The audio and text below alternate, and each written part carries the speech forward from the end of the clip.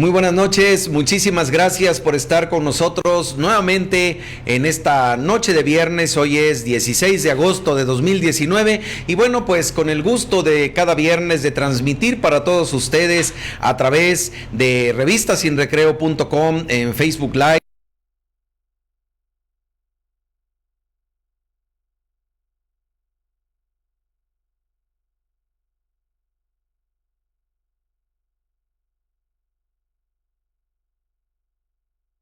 Invitación en nuestro canal en YouTube, Especialistas Médicos, en donde pueden suscribirse, activar la campanita para que reciban justamente las entrevistas que semana a semana estamos realizando en su programa. Quiero de verdad agradecerles la preferencia que tienen con nosotros y reiterarles que nuestro programa es el único programa del género médico original en llevar para todos ustedes información de calidad en voz de expertos especialistas calificados y certificados para toda la República Mexicana y varias ciudades del extranjero. Pues esta noche tenemos preparado un programa muy interesante, pues diría yo, un tema de salud pública que compete a toda la sociedad en general, de manera que los invito a que también vayan formulando sus preguntas, participen con nosotros a través de nuestro chat en directo o a través de nuestras líneas de contacto, y nosotros en esta noche pues vamos a presentar a nuestro invitado. Sean todos ustedes bienvenidos.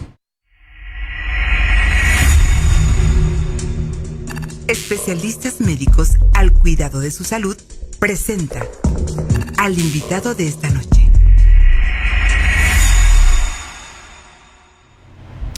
Pues esta noche tengo el gusto de presentar nuevamente para todos ustedes a el doctor Norman, diríamos, dentro de todo lo que esto implica, Norman Rivera Andrade, un muy buen amigo, colega, médico, especialista en medicina interna, con quien ya tuvimos la oportunidad de charlar en alguna ocasión, pues de un tema también muy importante como lo fue el monitoreo ambulatorio de la presión arterial. Y esta noche pues vamos a hablar con nuestro invitado de un problema que fuera del aire estábamos comentando, se conoce poco pero que es muy frecuente, como lo es la prediabetes. Pero antes que nada, pues bueno, primero que nada, doctor Norman, muchísimas gracias por haber aceptado esta invitación nuevamente a participar con nosotros en nuestro programa. Sí, doctor, buenas noches. Doctor, un gusto otra vez de estar aquí en su programa. Felicidades también por los 3 años que ya llevan. Muchas gracias, sí. Y bueno, espero que el tema del que vamos a tratar el día de hoy sea del interés de todas las personas que nos escuchan y que nos ven a través de internet, de Facebook. Claro, yo creo que sí es uno de los temas que es, pues más que estar de moda, lo hemos dicho muchas veces, cuando hablamos de problemas como lo hemos venido tratando, la presión arterial elevada o hipertensión arterial, el cáncer de mama, los problemas que durante muchos años se han tratado, y no es, diríamos, la excepción la diabetes. Cuando hablamos de la diabetes, pues todo el mundo como que de momento dice, pues ya de eso nos han dicho mucho. Ya de todo esto que vamos a hablar, a lo mejor yo ya escuché mucho, pero ¿cuánto realmente estamos tomando en cuenta muchas veces la información que nos están poniendo al alcance? Y cuando digo a través de nuestro programa, a través de todos los sistemas de salud en nuestro país, en el ámbito pues de lo que es la medicina preventiva y sobre todo la información, la educación para la salud y muchos aspectos relacionados con este importante problema de salud. No sin antes decirles que nuestro invitado, el doctor Norman Rivera Andrade, él es médico especialista en medicina interna, pues egresado de las filas del Instituto Mexicano del Seguro Social, lo digo orgullosamente, vaya, nuestro Instituto Mexicano del Seguro Social. Él es médico internista adscrito al Hospital General de Zona número 11, precisamente del IMSS, aquí en la ciudad capital de Jalapa, Veracruz, y bueno, certificado por el Colegio Mexicano de Medicina Interna, miembro del Colegio de Medicina Interna del Estado de Veracruz y también miembro de la Sociedad Médica del Hospital Ángeles Jalapa. Y bueno, pues justamente en el ámbito de lo que implica este problema que finalmente conlleva de alguna manera algunos aspectos relacionados con el hecho de decir que toda persona prediabética va a pasar en alguna fase de su vida o en alguna etapa de su vida a desarrollar o a padecer la enfermedad. Doctor Norman, decíamos antes de entrar al aire que esta, diríamos, palabra prediabetes se quedó como que en el olvido durante muchos años. Antes se escuchaba decir a los pacientes, es que como mi mamá y mi papá son diabéticos, yo soy prediabético, porque se pensaba que, bueno, estaba en algún momento predispuesto o tendría, pues si no la buena fortuna, la infortuna, pues, de desarrollar la enfermedad. ¿Qué pasa con este concepto? En principio, doctor Norman, ¿y por qué volvemos a escuchar de él, pues en pleno siglo XXI, en estos tiempos propiamente? Claro, sí, pues el término de prediabetes se acuñó en la década de los 70, en 1979. Sí. Ya se venía hablando de prediabetes desde aquel entonces. Claro. Sin embargo, se descontinuó ese tema, como tal, catalogar hacia un paciente que tenía mucho riesgo de diabetes, se dejó también de lado porque no era muy precisa la definición. Sí. Y pues, como usted bien ahorita lo mencionó, pues se incurría en varias, digamos, imprecisiones en los diagnósticos. Claro. Entonces, cuando se empiezan a hacer estudios, hablando un poquito de historia de prediabetes, se empiezan a hacer estudios y ya fue hasta la década de los 90, en 95, 96, 97 y 98, como la Asociación Americana de la Diabetes, la ADA, nuevamente vuelve a redefinir este término de prediabetes. Entonces, ya con ciertos rangos de presencia de miligramos por decilitro de glucosa en la sangre de los pacientes. Eso es. Entonces, ya con estos rangos que ellos determinaron, empezaron a clasificar a los pacientes con prediabetes, porque no nada más el paciente que tiene antecedentes familiares de diabetes es prediabético, sino más bien hay que hacer cierto estudio, por lo menos una glucosa en ayunas o un estudio que se llama curva de tolerancia a la glucosa, para poder determinar que el paciente es prediabético, diabético o sano. Claro. Entonces fue ahí cuando se acuña, pero ahí hubo también todavía imprecisiones. ¿Por qué? Porque los rangos de glucosa eran distintos en diferentes organismos que se dedican a investigación de la salud. La ADA decía unos rangos y la OMS incluso definía con otros. Por ejemplo, en aquel entonces decían, no, un paciente prediabético tiene que tener de 110 a 125. Y otros decían, no, de 100 a 126. Entonces la OMS decía que era un poquito más, de 100 a 125, y la ADA decía que era de 100 a 125. Entonces, por eso es que había algunas pues impresiones. ¿Cómo diagnosticamos a un paciente que cae en estos rangos si estos dicen que no es prediabético y estos dicen que sí lo es, que tiene factores de riesgo? Ahora, también recordar un poquito de eso de la historia. Anteriormente se decía que un paciente era... Actualmente hay criterios para diabetes que me imagino que ya los hemos hablado en sus programas, o se han hablado de otros profesionistas en su programa sobre la diabetes. Anteriormente se decía que un paciente era diabético arriba de 140. Estoy hablando de la década de los 70, de los 80. Sí, que era un rango. Sí, un rango súper elevado. Sí, claro. Entonces, entonces era más difícil determinar a un paciente diabético, y a un paciente pues prediabético pues todavía más. Claro. ¿no? Entonces, conforme se dan o se llevan a cabo estos estudios, diferentes entidades pues determinan que rangos tan altos pues ya al paciente lo predisponen para tener ciertas complicaciones cardiovasculares, renales y todas las complicaciones que tenemos que conocemos de la diabetes. Así es. Entonces, deciden disminuir los niveles de glucosa para determinar un paciente tanto diabético como prediabético y tanto como normal, ¿no? Claro. Entonces, fue ya hasta 2003 donde ya se empiezan a determinar ya con más precisión los rangos de diabetes, y en el 2010 hay un estudio muy popular, bueno, que nosotros los internistas, los médicos que vemos diabetes, endocrinólogos y demás, nos gusta solicitar mucho para ver el control y el diagnóstico, que también nos sirve para el diagnóstico de la diabetes y prediabetes, que es la hemoglobina glucosilada. Claro. Entonces ya en el 2010 la Asociación Americana de Diabetes incluye en los probables diagnósticos de prediabetes la hemoglobina glucosilada. Sin embargo, la Organización Mundial de la Salud sigue sin tomar en cuenta a este estudio para hacer el diagnóstico de prediabetes. Claro.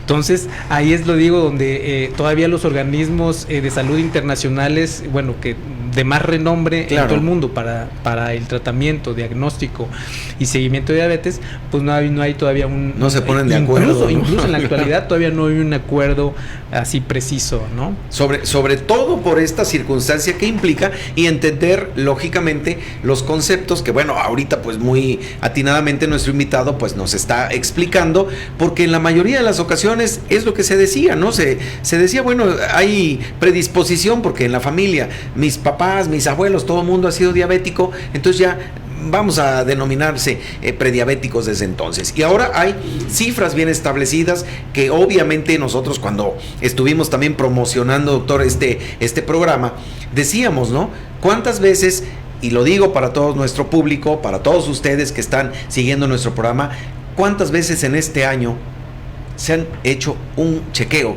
de los niveles de glucosa central o glucosa en sangre, ir a un laboratorio y razonablemente bien en ayunas, vengo a hacerme un control para saber cómo estoy? Nadie en este momento, excepto quien sí está realmente en un seguimiento, porque se checa, porque tiene un problema ya todo, y que está haciendo sus exámenes de laboratorio periódicamente por recomendación del médico o por una circunstancia personal, realmente conoce. El resto se desconoce en la gran mayoría de las ocasiones. De ahí, doctor Norman, que viene mi otra pregunta. Estamos entonces ante un panorama epidémico, pues, una epidemia, cuando hablamos de prediabetes, en el sentido de que tenemos muchísima gente que tiene esa circunstancia o esa situación de salud sin saberlo. ¿Y qué ocurre con esos enfermos o esos pacientes? Claro, sí, efectivamente hay una gran cantidad de pacientes en todo el mundo que padecen de prediabetes, y la mayoría de las personas que tienen prediabetes desconoce que la tienen. Claro. Por ejemplo, de acuerdo a cifras de la Federación Internacional de la Diabetes, son alrededor de 350 millones de gente que tiene prediabetes, y el 85% de estas personas que tienen prediabetes Sí. desconoce que la tienen. Vaya. Entonces es un rango muy, muy alto. También aquí en México tenemos cifras de gente, por ejemplo, aquí en México alrededor, estas son cifras de más o menos del 2012, 2014, 10 millones de personas con diabetes, ya declarada, determinada y tratada a lo mejor. Claro. 2.4% de esos 10, de toda la población son tratados por algún medio de estos, y se conoce. Sí, sí, sí. 24 millones de mexicanos adultos son prediabéticos. Okay. Y la mayoría, alrededor de un 65% en estos estudios, se determinó que no conoce que tiene prediabetes. Claro. ¿Por qué? Porque desconocemos a lo mejor las cifras, los rangos que nos van a pues llevar a esa categoría de prediabético. Y es que cada vez, siempre lo hemos comentado y lo he dicho también para todo nuestro auditorio, que en general cuando una persona acude por mutuo propio a hacerse a un laboratorio, a hacerse exámenes, justamente análisis de sangre, el laboratorio le oferta un paquete enorme de pruebas que finalmente el paciente o la persona no consultó con un médico, ¿no? Entonces le interesa saber cómo está de hemoglobina para saber que no está anémico. Así. ¿Cómo está la glucosa? Y si salió en 120, pues estoy ahí más o menos. La urea, la creatinina, no hay daño renal. Si se hizo pruebas de funcionamiento hepático, tampoco salieron alteradas, estoy bien. Pero nunca llamó la atención ese valor que ya para el criterio, pues, que comentabas hace un momento, está generando, lógicamente, un foquito rojo, una alarma en el ámbito de decir, no es un nivel que tú debas tomar como normal, porque ya entrarías o se incluiría, pues, o si no dentro del diagnóstico, en un criterio, pues, para establecerlo como prediabético. Pues miren, yo quiero aprovechar para pedirles de verdad a todos ustedes que, estando nuestro invitado, realicen ustedes sus preguntas, participen con nosotros. Es un tema muy bonito, muy interesante. Siempre he dicho, en salud no hay nada obvio. Siempre decimos, de diabetes ya se ha hablado mucho, ahora van a hablar de prediabetes y qué otras cosas más puede inventar la medicina. Pero yo creo que esto se va moviendo conforme a las circunstancias que tenemos también en nuestro país, ¿no? Sí. Antes se decía, a ver, para que una persona sea obesa, requiere tener cierto relación entre peso, talla y una serie de situaciones. Cada vez hay mayores exigencias, hasta medir el perímetro abdominal, que bueno, sí, van a decir, pues quieren varones y mujeres con cinturita de avispa, pero es que estamos teniendo serios problemas con la obesidad. Y por consecuencia, doctor Norman, estamos desarrollando en nuestro país pacientes diabéticos, hipertensos, con problemas cardiovasculares, cerebrovasculares y demás enfermedades que, bueno, se presentan relacionadas con todos estos problemas. Y bueno, pues también pedirles que hagan sus preguntas, nos las envíen a través de nuestro chat de contacto para que nuestro invitado pues pueda darle puntual respuesta a esas dudas, a esos inclusive comentarios y demás que ustedes quieran hacernos llegar. Y entonces, bueno, doctor Norman, reiterando un poquito la idea, la prediabetes la debo entender como paciente, como persona, que no solamente es el hecho de que en mi familia haya personas diabéticas, sino que en un examen de sangre tenga yo un nivel de glucosa, cuánto se ha establecido, pues, y aún no habiendo esa relación entre las organizaciones mundiales que rigen las normativas para establecer estos diagnósticos, pero ¿cuánto es lo que se estima para poder decirle a una persona, usted es prediabética, porque aquí lo dice su examen de sangre, y poder llevar un control quizá desde antes? Claro. En muchos aspectos seguramente los vamos a hablar más adelante, pero ¿qué opinión con relación a cuándo hablar de prediabetes en un paciente? Sí, bien, bueno, la Asociación Americana de Diabetes, que bueno, es la entidad que con mayor frecuencia nos regimos los médicos que vemos diabetes, prediabetes y enfermedades metabólicas. Sí, claro. Es en un rango de 100 a 125. De 126 en adelante el paciente ya es diabético como tal, en unas glucosa que se hace en ayunas, obviamente de 8 horas. Sí, sí. Y que reporta entre 100 y 125. También hay otros estudios que la Asociación Americana de la Diabetes incluye para determinar el diagnóstico de prediabetes, que son la curva de tolerancia a la glucosa, una carga oral de glucosa, y se hace una determinación a las 2 horas después de haber hecho esta carga de glucosa, ¿no?, que le dan en el laboratorio. Claro. Le dicen, ¿sabe qué? Viene a las 2 horas, a las 2 horas se le hace una nueva muestra, y si el paciente cae entre 140 y 199, también cae en el rango de prediabetes. Okay. O sea, la prediabetes son 3 entidades que la integran, que son la glucosa en ayunas, la curva de tolerancia a la glucosa que acabo de mencionar, y la ADA también menciona la hemoglobina glucosilada. En la hemoglobina glucosilada los rangos van a estar entre 5.7 y 6.4. De 6.5 en adelante el paciente ya cae en rango de diabetes. Okay. Por abajo de ese rango el paciente todavía puede decirse que está normal.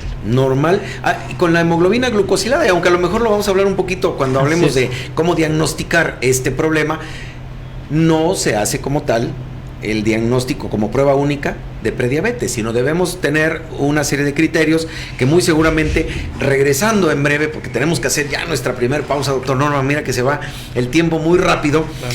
Pero vamos a retomar un poco esta circunstancia para que nuestro auditorio considere y conozca realmente cuando va y solicita una prueba, va o con un médico y dice, bueno, yo quiero saber si tengo ese riesgo. Generalmente nuestra cultura aplica que solo visitamos al médico cuando estamos enfermos. Así es. Nunca jamás vamos al médico a decirle, hoy no vengo enfermo, no tengo nada, pero ¿qué cree, doctor? Quiero saber si tengo prediabetes, si estoy predispuesto a padecerla o incluso a desarrollar alguna otra enfermedad. Claro. ¿Qué me sugiere usted para poderlo determinar? De manera que muchos de estos aspectos que son importantes que conozcamos, los vamos a tratar de regreso de la pausa, que es muy breve. No se vaya, por favor, haga sus preguntas, comentarios y lo que quiera usted que pasemos al aire, que con todo gusto, seguramente, pues más que complacerlos, le daremos puntual lectura a la participación de nuestro público. Estamos de regreso con todos ustedes en breve.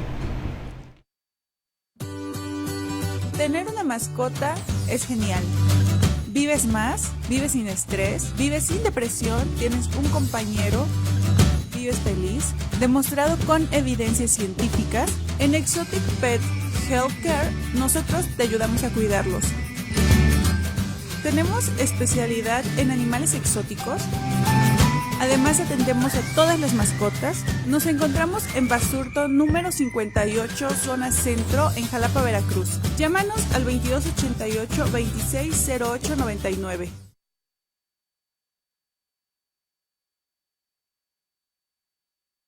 Médica ERA, enfermedades respiratorias y alérgicas. Médica ERA, diagnóstico y tratamiento de enfermedades respiratorias con el Dr. José Fortini Palafox Centurión. Neumología, cirugía de tórax y endoscopía respiratoria, cirugía torácica vanguardista y de mínima invasión. Hospital Ángeles Jalapa, consultorio 460A. Citas al 2281-410846. Urgencias 2288-605588. Médica ERA.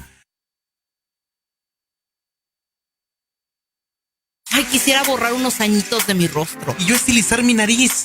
Cirugía plástica estética y reconstructiva. Dr. Carlos Damián Palafox Vidal. Cirugía de contorno corporal, estética facial y rejuvenecimiento facial sin cirugía. Dr. Carlos Damián Palafox Vidal. Citas en Jalapa, Veracruz, 1410846. Y en Puebla, 2272-2727-13. Urgencias, 2281-040898.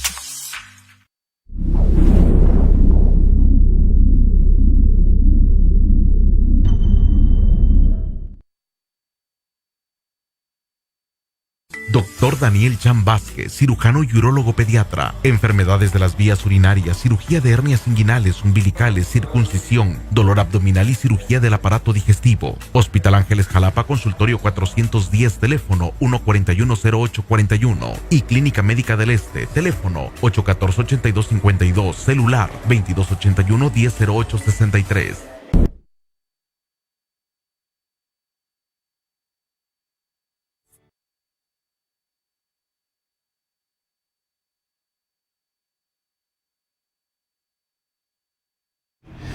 Pues estamos de regreso con todos ustedes en su programa Especialistas Médicos al Cuidado de su Salud. Yo soy el doctor Rafael Aguirre Cardosa, gastroenterólogo endoscopista, y esta noche charlando con nuestro invitado, el doctor Norman Rivera Andrade, especialista en medicina interna, y con quien estamos platicando todo lo relacionado con la prediabetes. No es un nuevo concepto, no es una nueva enfermedad, simple y sencillamente es una manera pues de obtener un criterio, doctor Norman, para poder identificar a tiempo a todos aquellos pacientes o enfermos, pues, o potencialmente enfermos que puedan estar justamente expuestos a un problema de esta naturaleza. Quiero agradecer de verdad a todos quienes están enviando ya sus comentarios, que están participando con nosotros. De verdad que les aprecio muchísimo esta distinción que semana a semana tienen con nuestro programa, y sobre todo con nuestros invitados en lo particular, porque esto, gracias a ustedes, nuestro programa crece. Gracias a ustedes, nuestro programa siempre nos esmeramos para hacer mejor las cosas, porque usted así se lo merece. Quiero aprovechar pues para enviar una sentida felicitación a todo el equipo que hace posible este programa, a la producción de Revista Sin Recreo, al maestro Luis Gerardo Martínez García y a todo su equipo de colaboradores. Especialmente darles la más cordial bienvenida a un grupo de jóvenes muy entusiastas que, derivados precisamente de este programa del gobierno federal, Jóvenes Construyendo el Futuro, se están sumando a este proyecto justamente de televisión por internet. Y quiero pues agradecerles y mandarles un saludo a Jocelyn, a Ingrid, a Edgar y a Guadalupe, que se suman a este importante proyecto de trabajo, y ya sumados a ellos pues a un gran equipo de colaboradores que, bueno, participarán justamente de manera muy entusiasta para que este y todos los programas que usted vea en la barra de programación de Revista Sin Recreo, pues bueno, justamente es también parte del talento de estos jóvenes entusiastas. Y bueno, pues vamos a darle lectura a algunos comentarios. Ya nos saludan por aquí. Reimer Alemán también está enviando pues también saludos. Fanny Castro, Josefina, la doctora Josefina Rodríguez, sí, a quien le mandamos un afectuoso saludo. Doctora, como cada semana, muchas gracias por seguir nuestro programa. De verdad le apreciamos mucho. Ella manda saludos, dice también muy interesante su programa. Gracias, doctora, de verdad que se lo aprecio mucho. La doctora Abigail Bello está también siguiendo la transmisión. Marilu Tello, la doctora Marilu Tello está muy también seguramente pendiente, muy interesada. Lupis Ascaño se unió también, a mi paisana. Un saludo a la Suiza veracruzana en la región de los Tuxtlas, hasta San Andrés Tuxtla, Veracruz. Un saludo que seguramente por ahí también también mi señor padre y mi hermana están viendo nuestro programa, pues sobre todo por un tema muy importante de salud. A ellos les mando un afectuoso saludo. Lupis Ascanio comenta, gracias por tan importante información. Saludos, amigo doctor Aguirre, muchas gracias. Isabel Medina, saludos al doctor Aguirre, muchas gracias. Saludos, efectivamente. Karen Rodríguez, saluda al programa. Roberto Hernández también está siguiendo nuestra transmisión. Carla Smart también manda saludos. Muy buen tema, dice Roberto Hernández. El doctor Manuel Joaquín Espino Aguirre, querido colega, también traumatólogo, pediatra, excelente colega de todos nosotros, está siguiendo nuestra transmisión. Olivia Leal, muy interesante, y dice Manuel Espino, saludos, muchísimas gracias. También al doctor Alfonso César Aburto Gutiérrez, que sigue nuestro programa, muchas gracias. Gerson Barba, saludos compañeros, un abrazo, excelente Gerson, muchísimas gracias por estar siguiendo nuestro programa. También a Nayeli, un gustazo, Naye, saludarte desde este estudio, muchas gracias también por ser de nuestras asiduas seguidoras, de verdad que lo aprecio mucho. Y bueno, pues un afectuoso saludo para el doctor Javier Michel, que está siguiendo nuestra transmisión. Saludos a ambos, excelente tema, sin duda, doctor Michel. Creo que es uno de los temas que siempre despiertan el interés en todas las personas, sean médicos o no sean médicos, porque al final de cuentas, digo, como médicos también nos tenemos que checar, doctor Norman, claro, ¿no? en este entendido.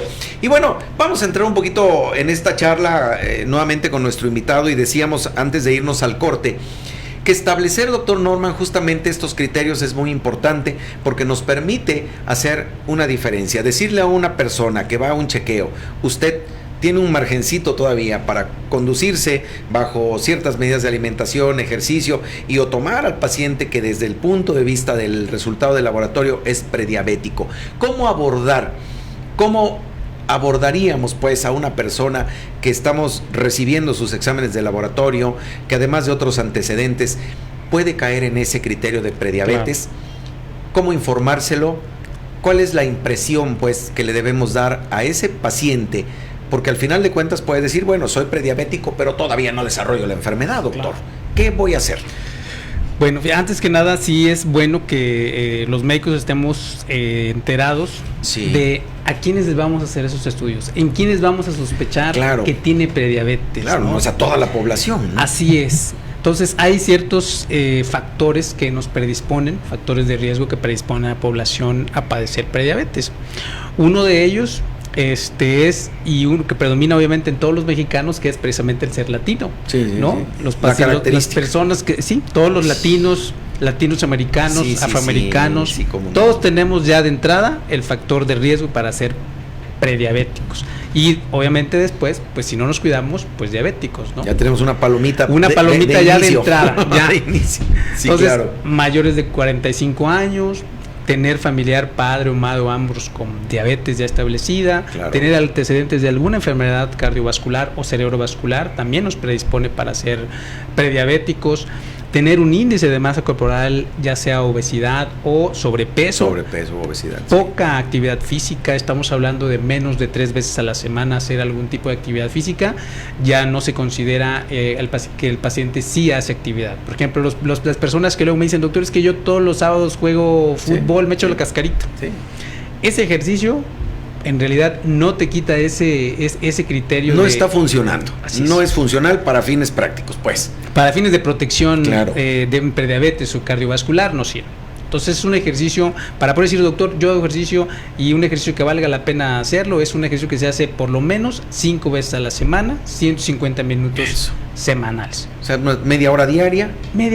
Donde el cuerpo se ejercite, donde la persona sude, como decimos. Hay ejercicios de baja, alta y media intensidad que se reparten en el tiempo de la actividad física que uno tiene que hacer, que es un tema también muy interesante, muy amplio también, pero que en realidad el paciente tiene que hacer ejercicio en general media hora, ¿no? Por lo menos para tener la protección de no tener prediabetes o diabetes en un futuro. Claro.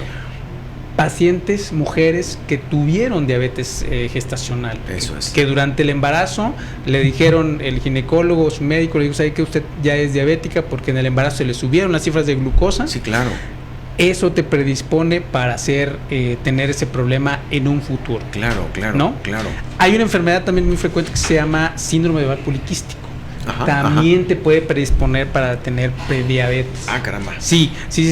En general, esos son algunos de los factores de riesgo más importantes que nos pueden predisponer. ¿Y cómo lo vamos a sospechar? Sí, Hay claro. un término también muy importante que tiene mucho que ver con los factores de riesgo que le estoy mencionando, que es la resistencia a la insulina. Fíjate que eso es algo muy importante, doctor Así Norman, es. que yo quería preguntarte, pero mira, quiero aprovechar porque tenemos aquí en pantalla para todo nuestro auditorio para aprovechar, pues, yo siempre digo que estás aquí, pues, que el invitado es el importante.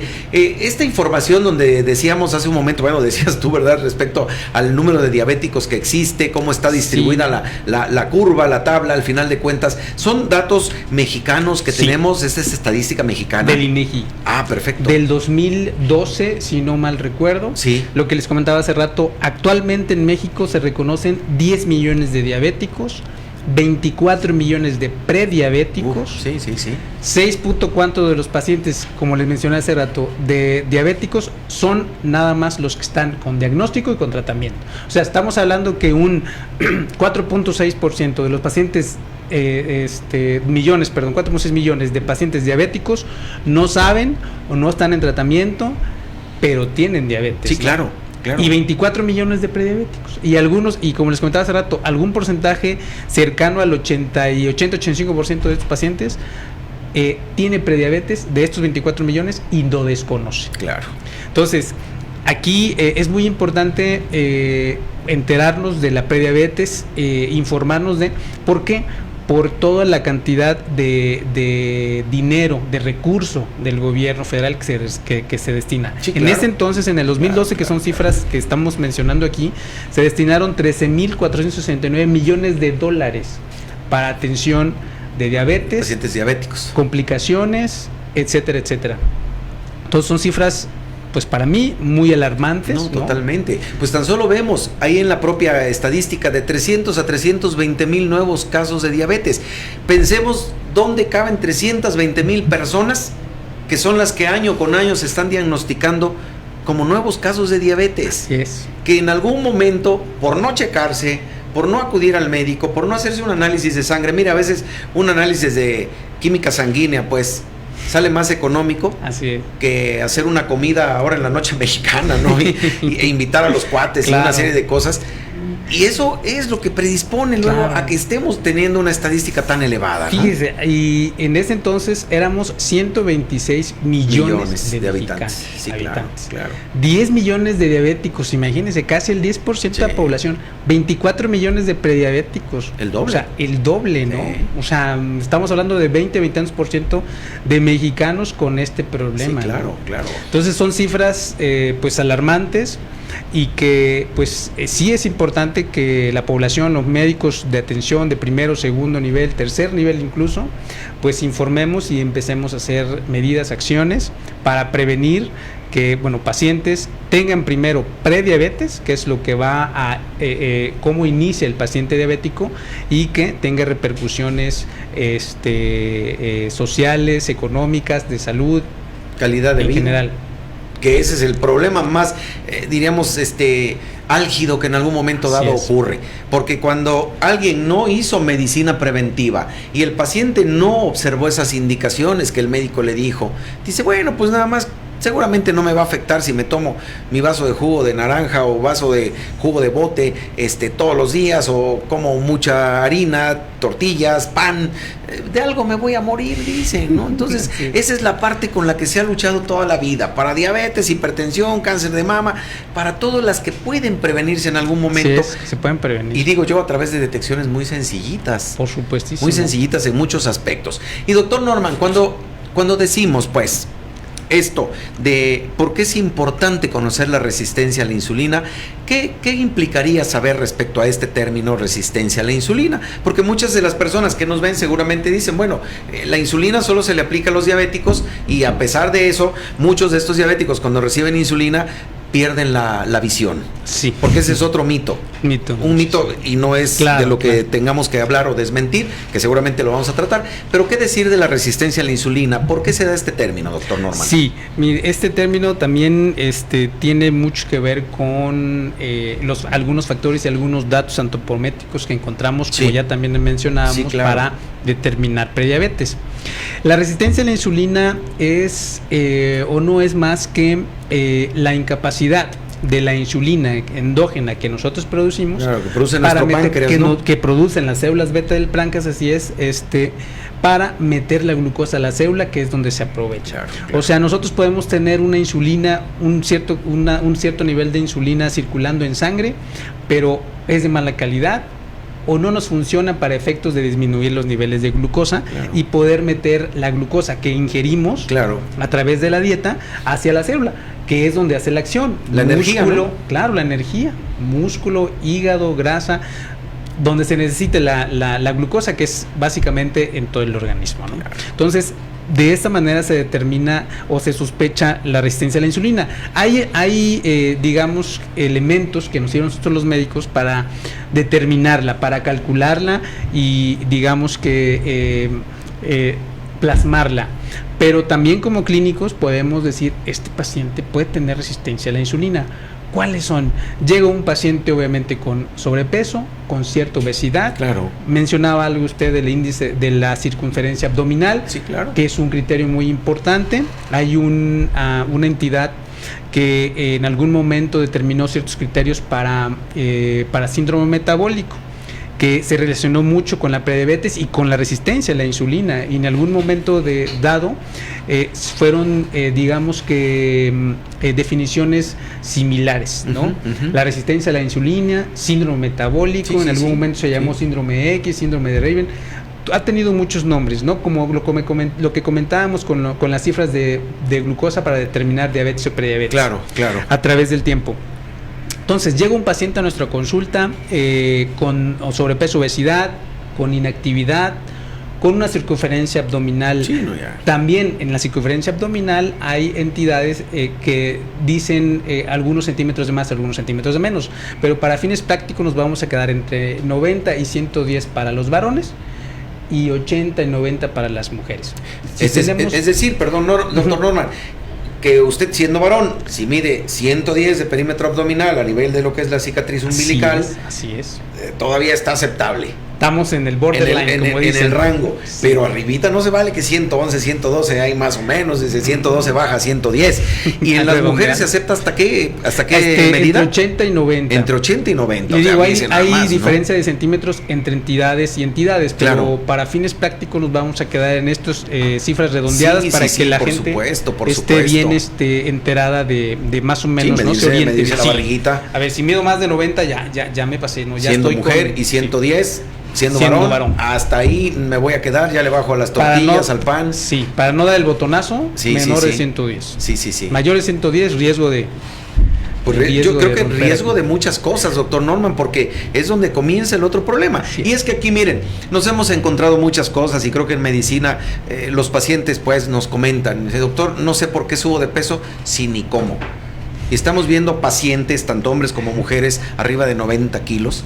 Pero te dicen, no sé por qué subo de peso si no tengo ni apetito, no como, doctor. Pues de algún lado está subiendo de peso y obviamente que es por la ingesta de alimentos.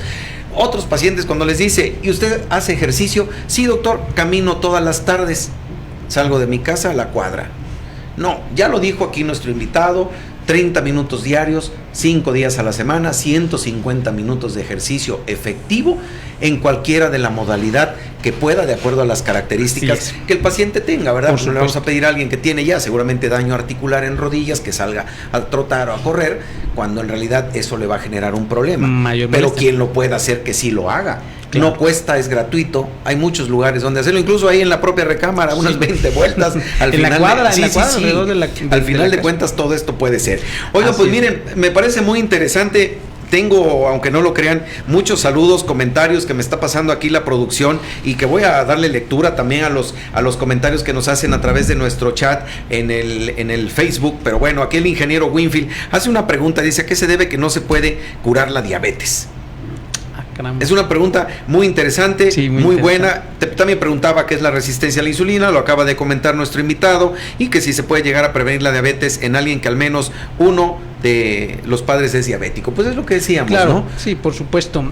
Bueno, la primera pregunta pues es difícil porque bueno, si llegamos si nos acordamos un poquito de la definición de esta enfermedad, ¿no? Es la incapacidad de nuestras propias células, de nuestro propio páncreas para Claro. producir insulina Sí, efectiva. claro, Entonces claro. digamos que nos gastamos los cartuchos que tenemos en el páncreas, ¿no? En el transcurso de nuestra vida, nuestra existencia, y llega un momento en que ya no tienen nuestras células beta del páncreas, que es donde se produce la insulina, ya no tienen más insulina para producir, se acabó la reserva, digámoslo así. Entonces ahí es donde empiezan los problemas de la glucosa elevada, de prediabetes o de diabetes, ¿no? Entonces por eso es pues básicamente ahorita la imposibilidad para curar Para esta por lo enfermedad. menos curarla mientras no haya una forma, ¿no? Una forma de implantar estas células, de que produzcan insulina, ¿no? De que suplan de alguna manera la función que nuestras células ya no pueden realizar. Claro, ¿no? sobre todo. Pues mire, muy interesante lo que comenta nuestro invitado relacionado pues con las preguntas que hace el ingeniero Winfield. Nosotros otra vez tenemos que ir a un corte muy breve. Seguramente regresando vamos a darle lectura a todos los comentarios que tenemos, a las preguntas, felicitaciones y demás saludos que tenemos y que gracias a ustedes nos hacen llegar precisamente a través de nuestras vías de contacto. Vamos a hacer una breve pausa, doctor Norman. Regresando vamos a hablar del diagnóstico y de algunas cuestiones de tratamiento y medidas preventivas, de manera que si le interesa conocer estos aspectos, quédese con nosotros que estamos de regreso con todos ustedes en breve.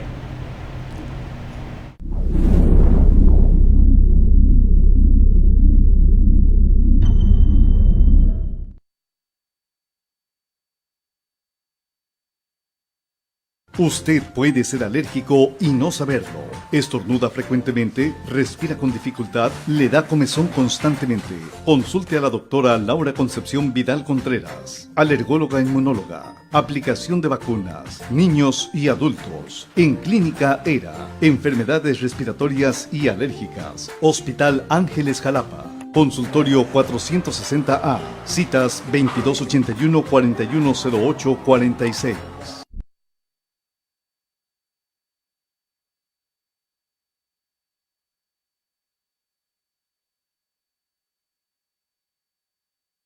Doctora Verónica López Espinosa, pediatra gastroenteróloga. Atención de niños con problemas de reflujo gastroesofágico, gastritis, estreñimiento, dolor abdominal y desnutrición con talla baja, endoscopía y colonoscopía. Clínica Médica del Este, Gobernador Herrera Tejeda, 121, Colonia Federal. Teléfono 814-8252 y 2281-100583.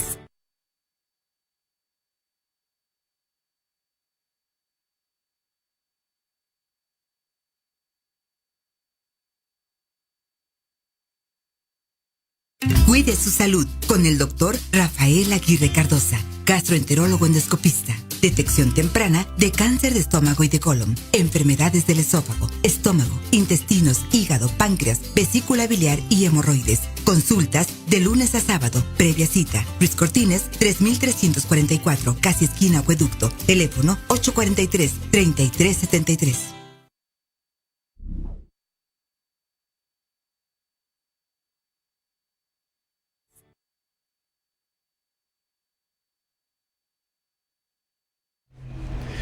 Pues estamos de regreso con todos ustedes ya en este que es nuestro último segmento de su programa Especialistas Médicos al Cuidado de su Salud. Y bueno, pues charlando con el doctor Norman Rivera Andrade, especialista en medicina interna, todo lo relacionado con la prediabetes. Un tema de salud sin duda muy sensible, muy interesante. Y yo quiero aprovechar, doctor Norman, porque tenemos muchos saludos y espero no pasarme del tiempo, pues, porque la plática está muy bonita, muy interesante, con mucha información muy valiosa que seguramente a usted le está pareciendo igual que a mí. Primeramente, quiero mandarle un saludo al doctor José Roberto Manzano hasta Celaya, Guanajuato, y él hace un comentario, dice: hay reporte de que en Israel en la década pasada se hace detección genómica de diabetes mellitus a recién nacidos, que si algo de eso similar se está haciendo aquí en nuestro país, doctor Norman, pregunta. Sí, a la fecha no hay información. Como un tamiz, México, algo sí, que permita México conocer alguna información relacionada. No, bueno, pues vamos a enviarle un saludo a Francisco López, que está siguiendo nuestra transmisión, a Laura Ortiz desde Estados Unidos, muchas gracias, le aprecio mucho, de verdad, Laura, que esté usted conectada. Saludos, muy interesante el tema. Nayeli, sin duda. Emma Ruiz, ella dice: buenas noches, interesante programa, saludos a los doctores y al gran equipo. Para determinar una prediabetes se deben cubrir los 3 estudios mencionados que decíamos: la glucosa en sangre, curva de tolerancia y la hemoglobina glucosilada, ¿verdad? Pues no precisamente. No necesariamente. No. Uno de los 3 puede determinarla. Ok. Ahorita seguramente, Emma, cuando nuestro invitado trate la cuestión del diagnóstico, seguramente ahí también se responderá de manera un poquito más completa a su pregunta. Kaoli Reyes, un saludo afectuoso al doctor invitado y sin duda exponiendo un tema muy interesante. Coincido, sí, Kaoli, felicidades a tan bonito programa, muchas gracias. Emanuel Ordóñez Solana, dicen: la voz popular sufrió un gran espanto y de ahí le dio la diabetes. ¿Habrá algo de cierto o es puro cuento popular? ¿Mito o realidad? Mito, definitivamente, ¿no? Señor Emanuel, es que estas partes son muy interesantes porque en efecto, claro, dicen del susto, pues sí, puede subir la presión a lo mejor, ¿no? Pero que te dé la diabetes. También puede subir las cifras de glucosa temporalmente. Pero no, exactamente. No pero como no una cuestión exactamente, no te hace que te conviertas en diabético. ¿no? Definitivamente. Mucho de esto se dice. A Yolanda Isabel Hurtado Chima, a Armando Rodríguez Navarro, como siempre, cada 8 días, un excelente tema. Saludos, felicitaciones, muchísimas gracias. Marilu Tello dice: qué buen tema. Saludos al doctor Norman Rivera, un excelente especialista en medicina familiar y medicina interna. Vaya, no, sin duda. Por eso lo hemos dicho. También está con nosotros siguiendo el programa Netzahualcoyo, el doctor Nesa. García Torreblanca, felicidades por el programa, muy interesante. Saludos al invitado y para toda la producción que hace un gran esfuerzo. Gracias, Nesa. A Marta Guerrero Cao también, ella saluda a los médicos como cada 8 días, excelente programa.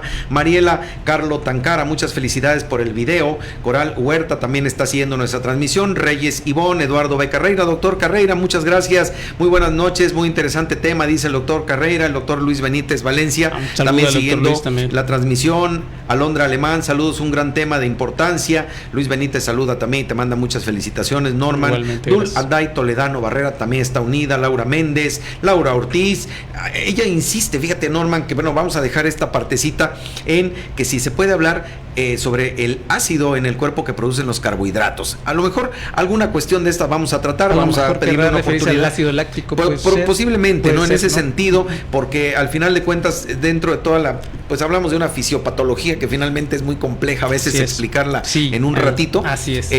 Pero bueno, seguramente daremos puntual respuesta. También Henry Vive, grandes médicos, saludos Master Norman, dice doctor Viveros. Saludos al doctor Enrique. No, hombre, por favor, Miguel Andrade pone manita, dedito para arriba, dicen por aquí. Y Luis Gerardo Martínez también dice: excelente tema. Bueno, pues doctor Norman, le tengo que seguir porque hay muchos saludos. No, adelante. Saludos y felicitaciones. Y bueno, dice: hay un video circulando en las redes sociales en que se comenta que el ser humano necesita glucosa, no azúcar. ¿Diferencia? Pues más azúcar bien refinada, glucosa normal. Más bien es nosotros llevamos glucosa a el nivel de que nosotros podemos medir, ¿no? Pero podemos encontrar glucosa, o sea, se transforma a glucosa, pues puede ser el azúcar, puede ser la miel, puede ser puede ser el pan, puede ser cualquier alimento que tenga cierta carga de carbohidratos, y a final de cuentas al entrar en nuestro cuerpo se mide como glucosa. Claro, ¿no? Por supuesto. También te mandan saludos María Luisa desde Acajete, Veracruz, el doctor Adrián López, radiólogo, el ingeniero Manuel Victoria y su grupo de amigos. Muchas gracias, ingeniero Manuel, el señor León, el señor Ricardo Nava, la maestra Xochitl Romero, el doctor Aburto, el doctor Guerra y también el abuelo Bamba, conocido en el medio artístico precisamente como el abuelo Bamba. Igual te mandan saludos desde Tuxtla Gutiérrez, Chiapas, y dice: vi porque hay médicos groseros que en vez de ayudar al prediabético le dan una gran regañada y ya no van los pacientes. Bueno, yo creo que esa es la parte donde entra la sensibilidad también humana, y obviamente donde pues este factor no se debe de dar. Yolanda Isabel Hurtado Chimal, gracias por compartir sus conocimientos. Sara Barradas, saludos también, manda saludos y felicitaciones por muy buen tema. Marta Elena Tenorio, muy interesante tema, felicidades, muchos saludos hasta Coatzacoalcos, Veracruz, a mi gran familia allá en Coatzacoalcos, Veracruz. Marta, un apreciable y un afectuoso saludo a mi hermano Octavio, doctor Rafael Portán, excelente programa. Javier Correa, saludos amigo, me encanta tu programa, saludos del municipio de Ecatepec. Ay, pues muchas gracias. a Javier. Y bueno, hay dos preguntas que me voy a reservar tantito porque tenemos que platicar un poco también relacionado con lo que está establecido. Pero ¿qué tenemos en pantalla, doctor Norman? ¿Qué es esta estadística? ¿Qué podemos entender de lo que estamos viendo aquí? Justamente. Pues aquí algo de lo que ya habíamos mencionado, ¿no? En la de mi izquierda, ¿no? En la columna de mi izquierda tenemos a los pacientes que están normales, el porcentaje es de 0 a 60. Sí, claro. Y vemos los grupos de edad. De 30 a 39 años, pues el 17% salió con glucosa. Sí. Del siguiente grupo estaba con glucosa, pero normal. Ok. Del lado derecho, bueno, de mi derecha, sí, están los pacientes que presentaron prediabetes con una glucosa alterada en ayunas, que es uno de los elementos que ya hemos platicado, sí, para determinar prediabetes, que es de 100 a 125. Ok, un criterio por ahí para nuestra amiga de Ciudad de México que preguntó. Así es, 100 a 125, ahí determinamos que los pacientes jóvenes de 30 a 39 años, en este estudio, que fue un estudio en el Estado de México, poca muestra, pero bueno, aquí podemos dilucidar algo de lo que ya había mencionado a nivel nacional e internacional. La gente joven de 30 a 39 años, solamente el 4.48% de sus pacientes tuvo prediabetes. Ya, okay. O sea, una tasa o una frecuencia muy bajita. Muy bajita. El siguiente grupo, que es de 40 a 49 años, tuvo más, y los de 50 a 59 años, si vemos ahí que están en morado, tuvo el 16.42% de prediabetes. Entonces, estamos hablando del porcentaje de 60%. Entonces, si sumamos todos los grupos etarios que están mencionados en la tabla, pues el 60% de los pacientes son prediabéticos de diferentes grupos de edad. Aquí nada más hacen la diferencia entre grupos de edad. Es más o menos los como para que cada quien se ubique, ¿no? Exactamente. Los más jóvenes tienen poco riesgo, sí, pero ya ahí se empieza a pegar el riesgo a partir de los 40 años en adelante, y ya ni se diga los pacientes que tienen de 50 a 59 años. Sí, para como usted dice, tomarlo en cuenta, ¿no? Y en tercer lugar está el grupo del 70 a 79 años. Sí, claro. Qué bueno. Resultó con prediabetes, que sí, eso claro, yo creo que es algo pues de esperarse en un paciente que ya está, digamos, en la última década o la penúltima década, claro, de la vida, y que hasta entonces se termina prediabetes, ¿no? Incluso esto se puede hasta explicar por los procesos degenerativos propios del ser humano. Pero no sé si mi expresión pueda ser correcta, y si no, por favor, doctor, no me corriges. Sería muy afortunado por una razón. Llegar a 70 o 79 o entre 70 y 79 años como prediabético es una fortuna. Que no hayas desarrollado la enfermedad a lo largo de la vida. Por supuesto. Entonces, bueno, ¿por qué? Porque el resto del grupo de edad tiene un chancecito más de vivir, y en ese tiempo puede desarrollar la enfermedad, ¿no? Así es, y estar en riesgo de tener todas las complicaciones que ya conocemos de la diabetes. Claro. Y sí, efectivamente, ¿no? Sí. Ya tener un diagnóstico de prediabetes en la última o en la etapa final de la vida del ser humano, bueno, teniendo en cuenta que ya platicábamos que uno de los factores de riesgo es precisamente el hecho de ser latino, ¿no? Sí, no, ya. Entonces, pues estas personas, pues, básicamente decíamos, pues, ahí está nuestro primer puntito, ¿no? Nuestro primer tachecito o palomita roja en ese sentido. Ser mexicanito. ¿No? Sí, pues definitivamente, ¿no? Porque al final de cuentas tiene mucho que ver en asociación con la raza, definitivamente, que es algo muy importante. Y por el otro lado, doctor Norman, ¿esto de la prediabetes da síntomas? Eso es una pregunta muy interesante. Generalmente los pacientes están asintomáticos. O sea, la mayoría de los pacientes están asintomáticos, no sienten nada. Sí. Por eso es la importancia de los factores de riesgo que platicábamos hace rato, ¿no? Claro, para que nosotros como médicos detectar a tiempo cuáles son los pacientes que yo voy a someter a hacerle algún estudio para determinar prediabetes. Exacto. ¿No? Bien lo especificamos hace rato: sobrepeso, obesidad, familiares de primer grado con diabetes, sí, con enfermedad cerebrovascular, con enfermedad cardiovascular, sedentario. Hay que dejar el tabaco también, por cierto, ¿sí? Ovario poliquístico, diabetes pregestacional, o gestacional, más bien. Todo esto hay que tenerlo en cuenta en un paciente que llega edad mayor de 45 años, y ahí se refleja en esta tabla que tenemos. En la estadística. En la estadística, ¿no? A partir de la década de los 40 en adelante, hasta la década de los 50, empieza a subir la frecuencia, la incidencia de... Se abre esa brecha, así pues, es, ¿no? Efectivamente. Entonces, ahí hay que tener mucho cuidado, o hay que tener ahí el ojo bien abierto inmediato para detectar a esos pacientes que tienen o que pueden o que tienen factor de riesgo para debutar con prediabetes. Claro, por supuesto. Bueno, pues yo también quiero aprovechar para continuar dándole lectura a los saludos y felicitaciones, pues sobre todo que le mandan a nuestro invitado, de la señora María de Jesús, la enfermera Rosa María Hernández, del señor Francisco Morales Rosas, del Pilar Vadillo, del doctor Román. Bueno, muchos saludos, comentarios y felicitaciones. Aquí el ingeniero Manuel Castro, él hace una pregunta y dice, ¿qué porcentaje de posibilidades hay de contraer diabetes al ser engendrado? Uno dice, si el padre tiene diabetes y si el padre contrae diabetes posteriormente, pues es lo que decíamos, ¿no? Sí. De hecho, el hecho de ser, ya lo habíamos mencionado, es un factor de riesgo ser mexicano. Sí, claro. Obviamente, un paciente que tiene un familiar de primer grado con diabetes, pues tiene cierta posibilidad de tener diabetes también, como es, o prediabetes, que es uno de los factores que también ya mencionamos. Sí tiene una probabilidad. Son cosas, hay factores como de los que comentamos hace rato que es difícil que nosotros podamos modificar, claro, como son la edad y como son el hecho de haber nacido o de pertenecer a algún grupo, ¿no?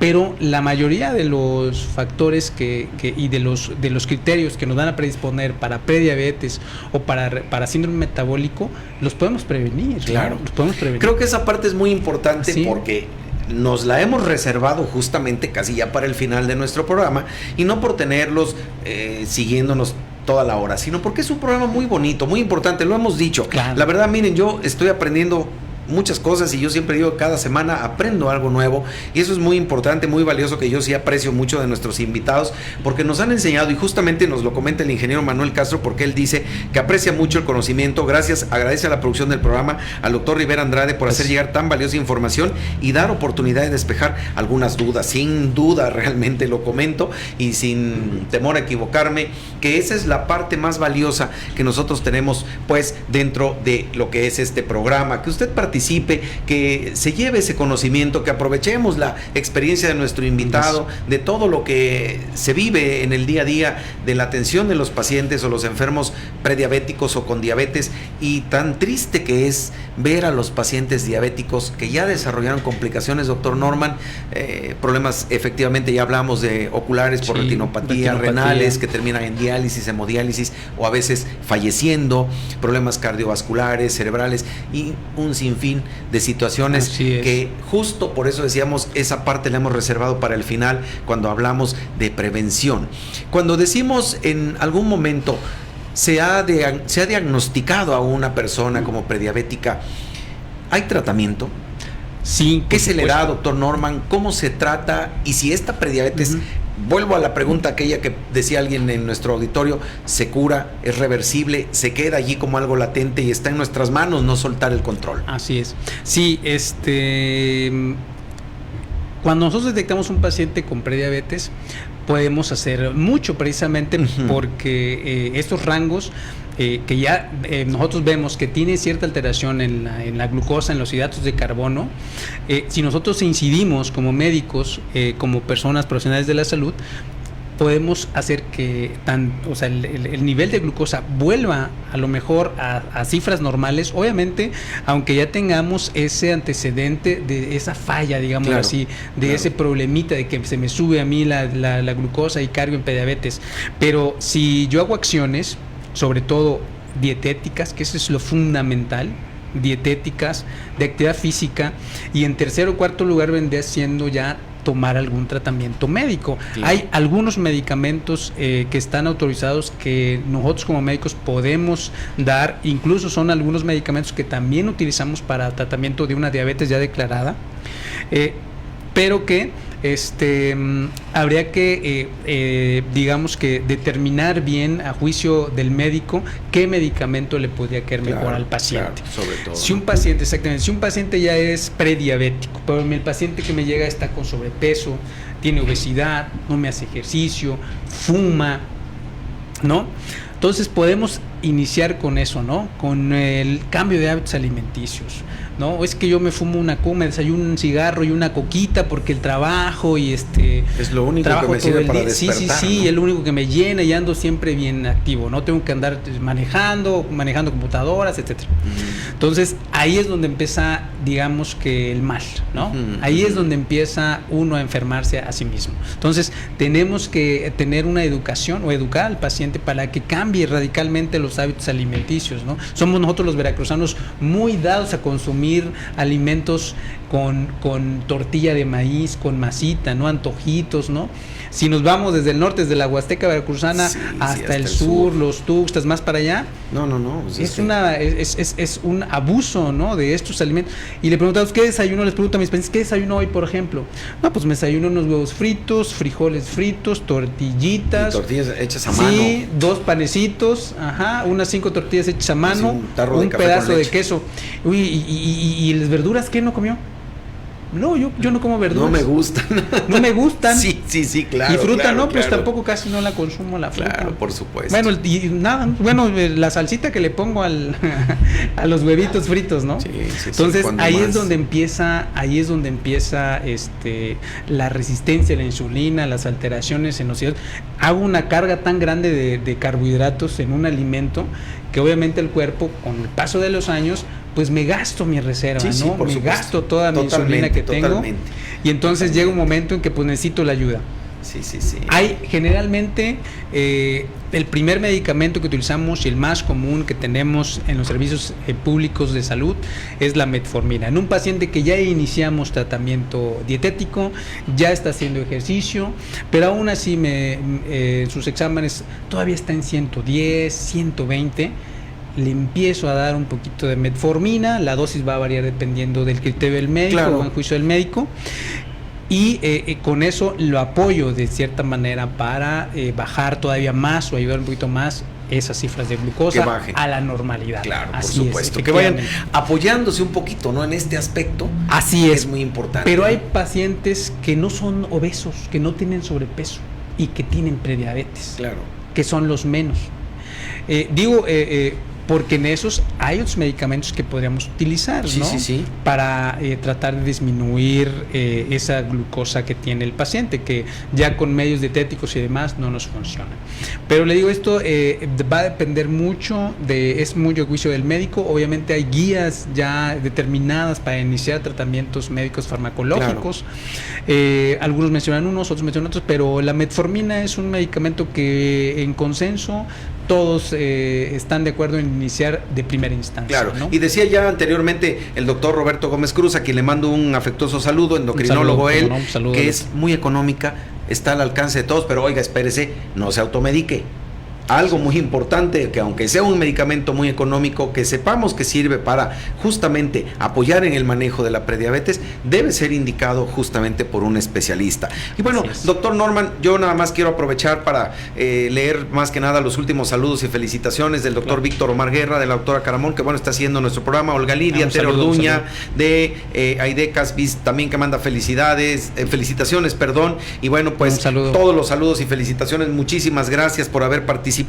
¿Cuál sería, doctor Norman, tu mensaje final breve para toda nuestra audiencia, todo nuestro auditorio que hoy vio nuestro programa relacionado con la prediabetes? Y bueno, si hay un domicilio de consultorio, un teléfono de contacto donde puedan acudir a consultarte. Claro, bueno, si los audientes, las personas que nos escucharon, si tenemos factores como los que ya mencionamos, sobrepeso, obesidad, sedentarismo, antecedentes de familiares cercanos con esto, les invito a que acudan con su médico de cabecera, un profesional, médico de confianza, para que se hagan un chequeo rutinario, ¿no? Si ya tengo más de 45 años, pues los invito a que anualmente se hagan estudios de manera rutinaria, de manera general, obviamente asesorados por su médico de confianza, su médico de cabecera, para determinar a tiempo alguna alteración en las cifras de glucosa y poder hacer acciones tempranamente y sin el riesgo que conlleva a pues otras instancias como son diabetes y las complicaciones que ya usted bien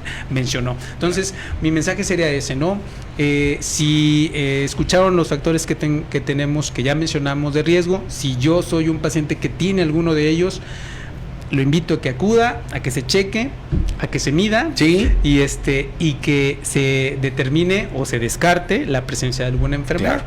Sí, yo estoy en el Hospital Ángeles de Jalapa, en el segundo piso, Hospital 250, 141-0815 es el teléfono para agendar cita.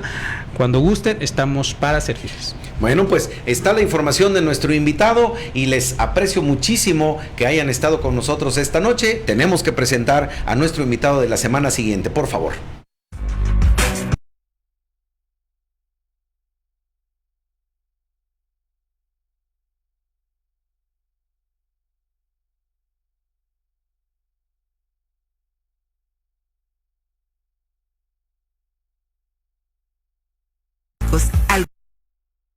Presenta el tema de la siguiente semana. Pues el próximo viernes, justamente en nuestro programa, tendremos de invitada a la doctora Niurka de la Paz, quien es ginecóloga, médico genetista y cardióloga fetal, que estaremos hablando de un tema también de salud fetal, ahí sí, prácticamente muy interesante, muy importante, como todos nuestros temas, nuestros programas de cada semana, de manera que les invito a que la próxima semana también sigan nuestro programa. Doctor Norman Rivera Andrade, muchas gracias por haber estado con nosotros esta noche. Gracias. Y para todos ustedes, nuestro total aprecio, nuestro agradecimiento. Gracias por sus mensajes, comentarios, preguntas, felicitaciones y por su participación. A todos les envío un gran saludo. Recuerde usted, cuide su salud. Aquí le decimos como que tengan todos un excelente fin de semana. Nos vemos el próximo viernes en punto de las 8 de la noche, tiempo del centro, aquí en Especialistas Médicos al cuidado de su salud. Hasta la próxima semana.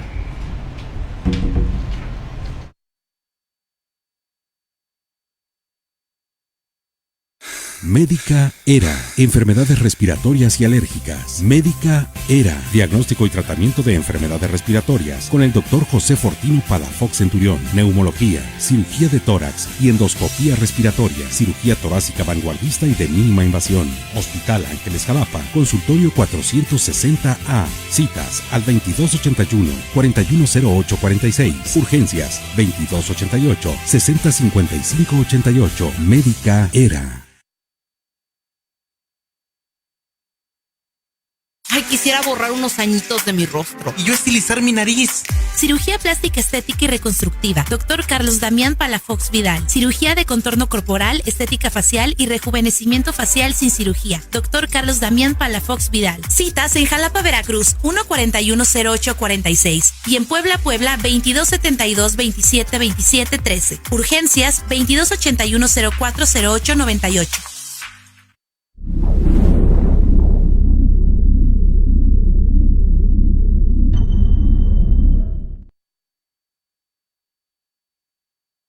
Doctor Daniel Chan Vázquez, cirujano y urólogo pediatra. Enfermedades de las vías urinarias, cirugía de hernias inguinales, umbilicales, circuncisión, dolor abdominal y cirugía del aparato digestivo. Hospital Ángeles Jalapa, consultorio 410, teléfono 1410841. Y Clínica Médica del Este, teléfono 814-8252, celular 2281-100863.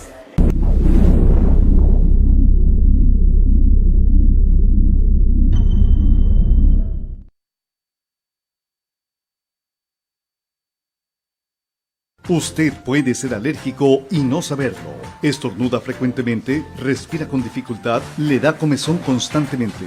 Consulte a la doctora Laura Concepción Vidal Contreras, alergóloga inmunóloga. Aplicación de vacunas, niños y adultos. En Clínica ERA, enfermedades respiratorias y alérgicas. Hospital Ángeles Jalapa. Consultorio 460A. Citas 2281-410846.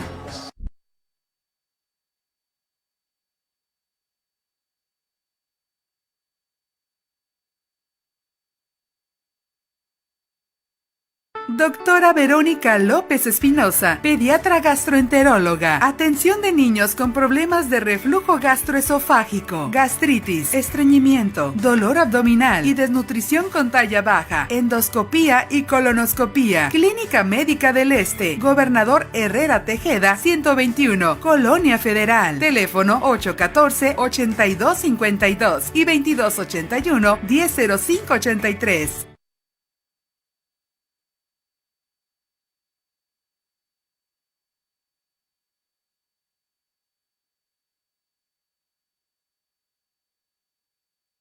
Cuide su salud con el doctor Rafael Aguirre Cardosa, gastroenterólogo endoscopista. Detección temprana de cáncer de estómago y de colon, enfermedades del esófago, estómago, intestinos, hígado, páncreas, vesícula biliar y hemorroides. Consultas de lunes a sábado, previa cita. Luis Cortines, 3344, casi esquina Acueducto. Teléfono 843-3373.